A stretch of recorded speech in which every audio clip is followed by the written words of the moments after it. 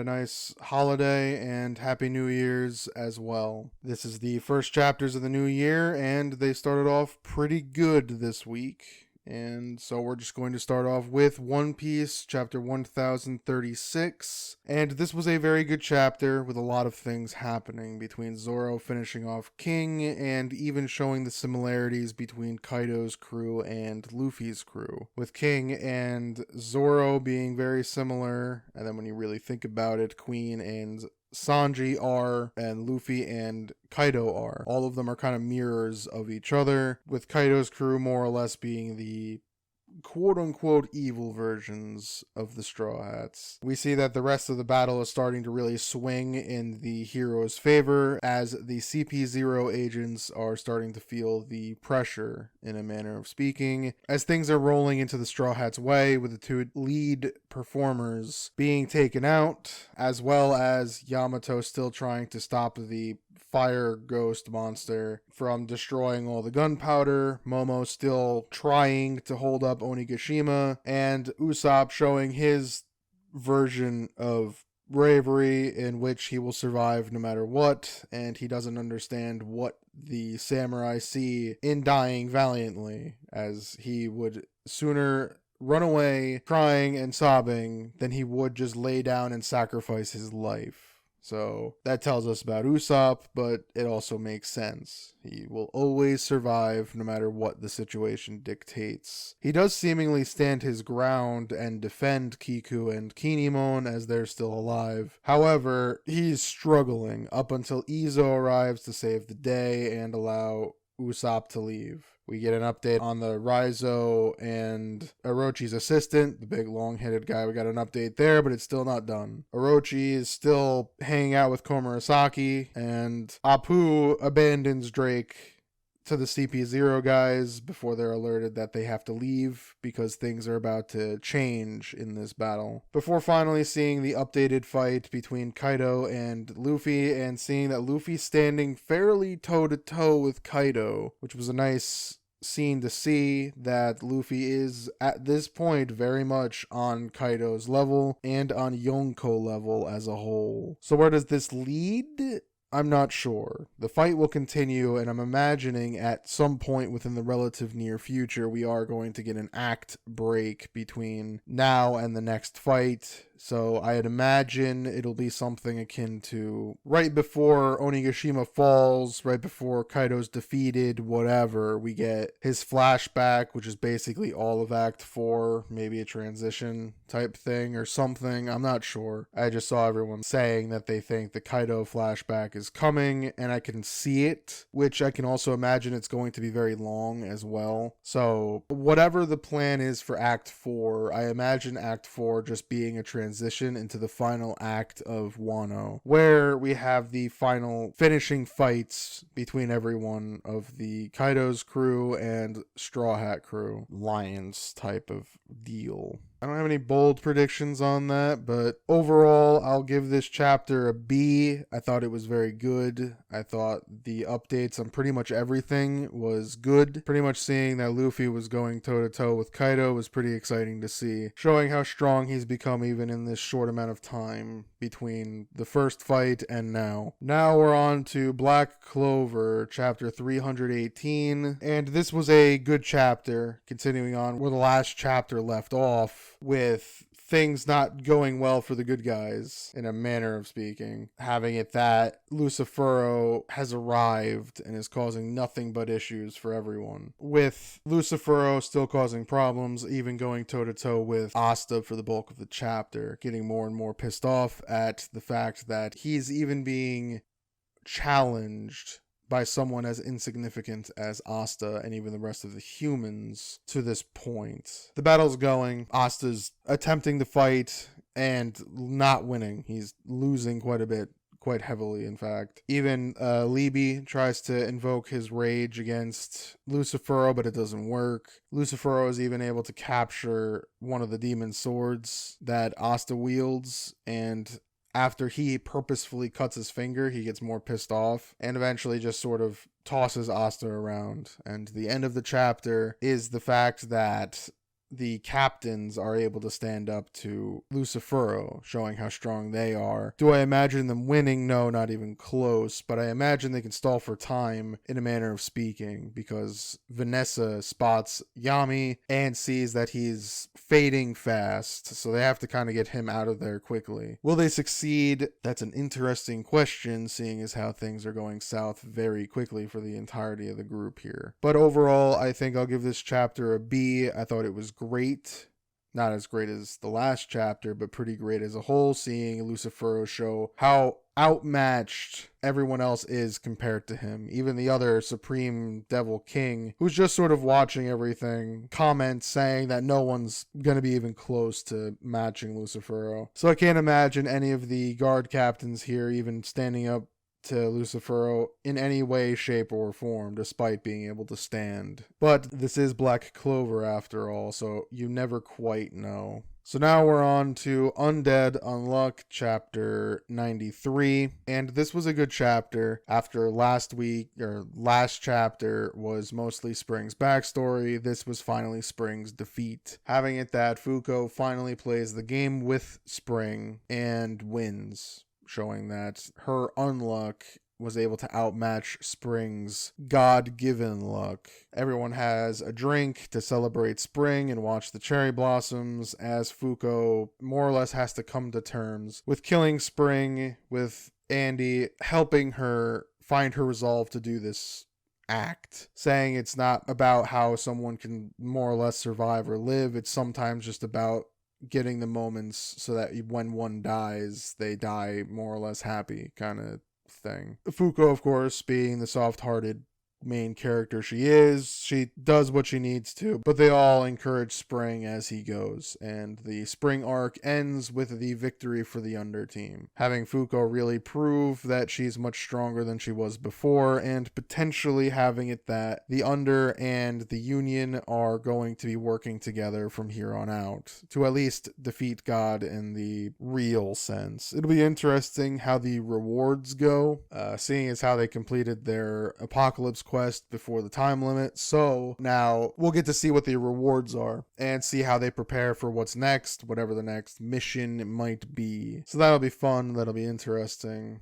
So we'll probably get the fallout of this alliance between the Under and Union next, and then we'll probably get the rewards into the next mission and whether they accept or ignore the mission as a whole, preparing solely to kill God, preparing for whatever they need to do. But that's for the next arc, and this arc ended pretty good. It was all good. More emotional one than a grand old battle, but that's how most of these are. I'm imagining the author is simply saving the more epic battles for the final one. Now we're on to Mashle, Magic and Muscles, chapter 91, and this was a good chapter as well, showing Mash and Rose Quartz go toe-to-toe, having it that Rose Quartz actually was able to unlock his third line, meaning he has a god within his wand, and we got to see his backstory for the most part, seeing that he was twins with another and that his father was very cruel to him, kind of in a Gamora Nebula, if you follow the Guardians of the Galaxy type of storyline, where the father expects perfection and the weaker one gets punished while the stronger one gets praised type of thing. Eventually Rose Quartz's brother turned the tables. Rose Quartz got stronger where the brother got weaker, and so on, showing that Rose Quartz has a bit more of a sympathetic character than, say, Demina does. They battle back and forth, and eventually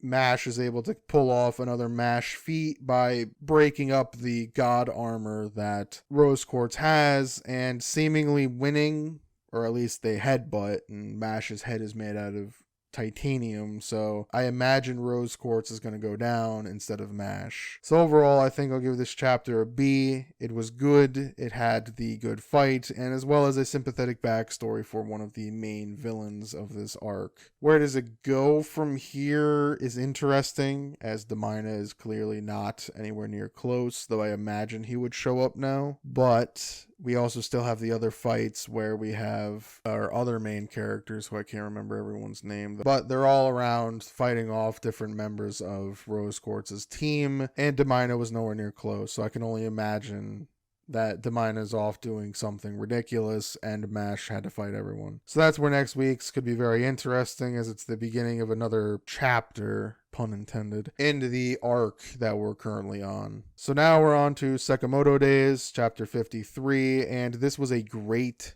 chapter where we see a continued battle between Sakamoto and Slur. Following up from last chapter, this one I think was just as good, having it that Slur starts to threaten Sakamoto's family. With that threat, Sakamoto got serious and actually did seemingly plan to kill Slur. However, Shin was able to snap him out of it a little bit, and then at the end of the chapter, after a stalemate for the moment between Slur and Sakamoto, Slur's friend busts through the window and says that he was not planning nor prepared for the crazy old man, as we see that old man open a door by cutting through it and unlatching. The old man is scary, and it's great. Next week should be extremely fun to see how this whole thing blows over, as now Sakamoto's family is more or less under threat, seeing as how Slur knows about Sakamoto's family. This is the first time they've been directly threatened since the beginning of the serial killer arc.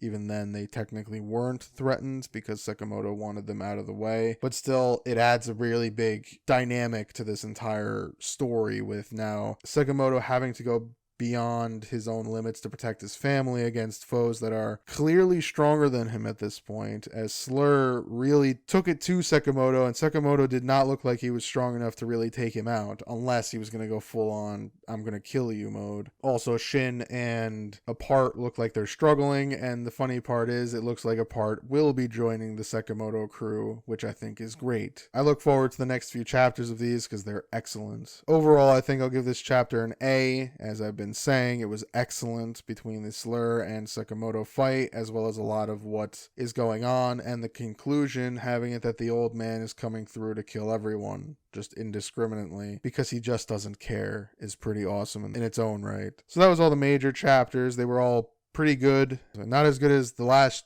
chapter of 2021, but these were all pretty good and a good start to the new year of chapters. I look forward to seeing where all these arcs go. I'm hoping that all the ones that I'm currently reading continue all the way through to the year. I don't see any of them going away unless something major happens. So I think at this point, all the ones I've talked about are pretty much here to stay. Some of these other ones, I don't know. As for all the other chapters that I read, My Hero was fine. Jujutsu Kaisen was fine. Nothing really to talk about with either one of those two. Not that I care about anyway. Dr. Stone was pretty great, though that one looks like it's genuinely ending soon. Though I can imagine it pushing it to next year just because. But they finally made it to space, and we get to see that whole thing go around, and that's pretty awesome in Dr. Stone. So I always look forward to their chapters. Mission Yuzakura Family was good bonding chapter with AI, the little dog girl, and the two main characters, who I can't remember their names. And it was cute. It was fun, as it pretty much almost always is. The Elusive Samurai was good.